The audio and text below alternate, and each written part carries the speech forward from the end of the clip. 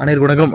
சற்றும் வெளியான அறிவிக்கின்படி என்ன சொல்லியிருக்காங்கன்னா, வருகிற 27ஆம் தேதி புயலாக உருவாகும் என்ற கணிப்பு தற்போது வாய்ப்புள்ள எனவும், அதுக்கடுத்து பார்த்தீங்கன்னா இந்த 27ஆம் தேதிக்கு பதிலாக எந்த தேதி ஒரு புயலாக மாற வாய்ப்பு இருக்கு அப்படின்றதும் கூடுதலாக பார்க்க போகிறோம். நம்மளோட சேனல் இப்போ தான் வந்திருக்கீங்கன்னா மறக்காம சப்ஸ்கிரைப் பண்ணிக்கோங்க. பக்கத்தில் இருக்க பெல் ஐக்கன் கிளிக் பண்ணி ஆல் டிக் பண்ணிக்கோங்க. முக்கியமான விஷயம், வீடியோ ஸ்கிப் பண்ணாம பாருங்க, அப்பதான் நான் சொல்ற தகவல் உங்களுக்கு முழுமையாக சேரும். வாங்க வீடியோக்குள்ள போகலாம். என்ன சொல்லியிருக்காங்கன்னா, தமிழகத்தில் மீண்டும் பருவமழை மீண்டும் தீவிரமடைந்து பெய்து வருகிறது. அது நல்லாவே நமக்கு தெரியும். இந்த நிலையில் பார்த்தீங்கன்னா 18 மாவட்டங்களில் விடிய விடிய கனமழை வெளுத்து வாங்கியது. அதன்படி பார்த்தீங்கன்னா நெல்லை மாவட்டத்தில் தொடர்ந்து பெய்த கனமழையால் ஒரு தாமிரபரணி ஆற்றில் வெள்ளம் பெருக்கெடுத்து ஓடுகிறது சொல்கிறாங்க. ஸோ பாபநாசம், மணிமுத்தாறு, சேர்வலாறு அணைகள் நிரம்பும் தருவாயில் மாவட்டத்தில் வெள்ளம் பாதிப்படையும் 72 இடங்கள் அதிகாரிகளால் கண்காணிக்கப்பட்டு வருகிறது சொல்கிறாங்க.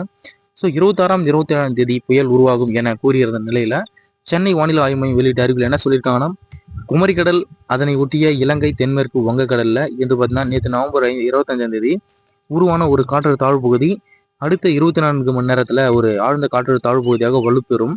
அதற்கு அடுத்து 24 மணி நேரத்துல ஒரு மேலும் தீவிரமடைந்து ஒரு காற்றழுத்த தாழ்வு மண்டலமாக வலுப்பெறும்.